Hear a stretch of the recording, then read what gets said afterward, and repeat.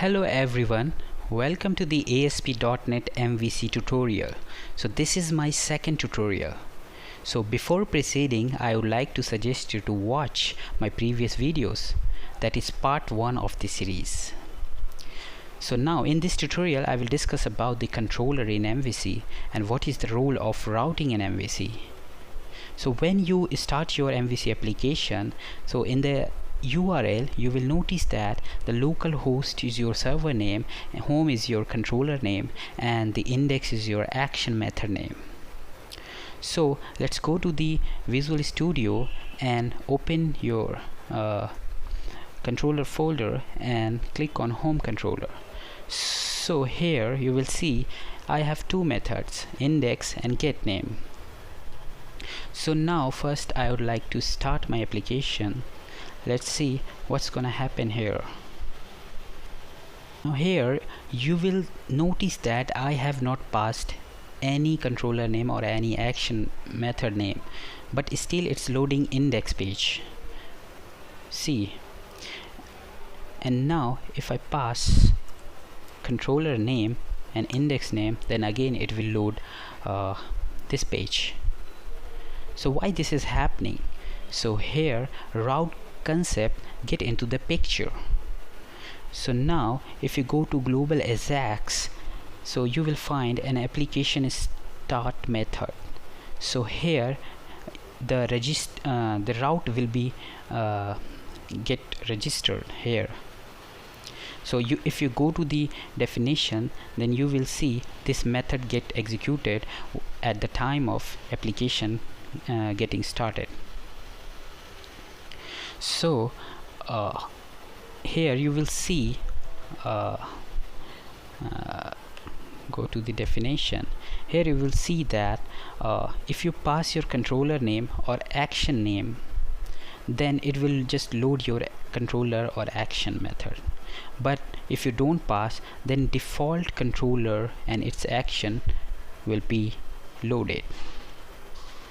So in my case, see, index is getting loaded here. So now I am just gonna copy it and just stop my application, and in routeconfig.cs file I am just gonna paste it. So when the application gets started, so this controller and this method will be executed. So now run this application.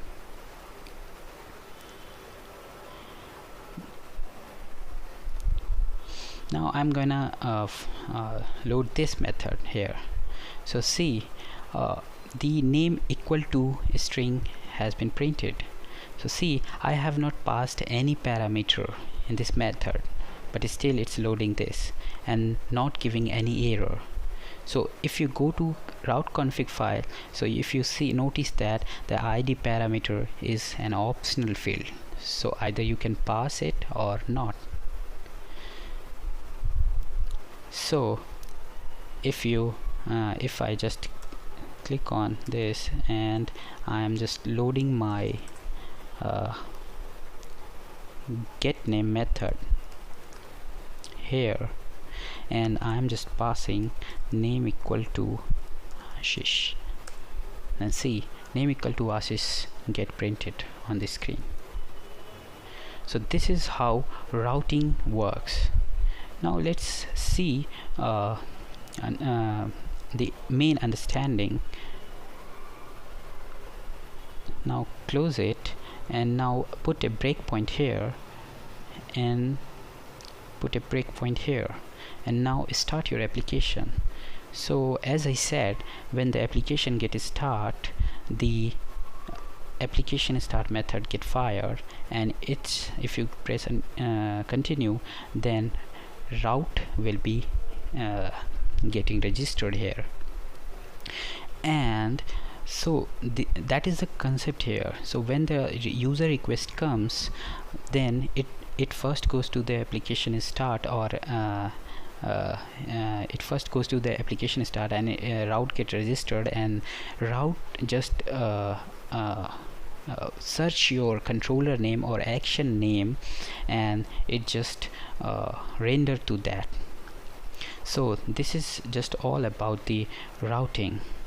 So in the next tutorial, routing and controller, so in the next tutorial I will discuss about the view and the model.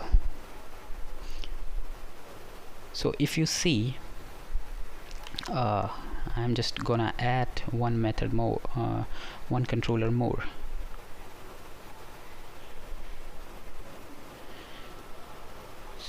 So just add your controller, one controller, and I have just added test controller and test controller name. Now name it testing. Oh sorry, maybe it's running, getting error. Add controller and okay, add test controller. Now here is your test controller, and it also has the index method by default. Now run this application, and now in the index place test and oh sorry, so now just remove the debugger.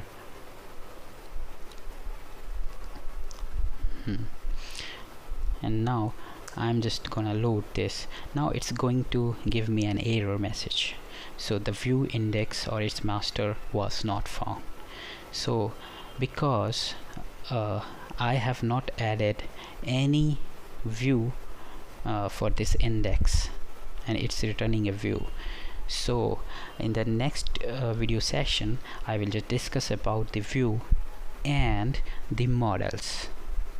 So thank you very much for watching my tutorial. If you really like it, then give us a thumbs up, comment and subscribe.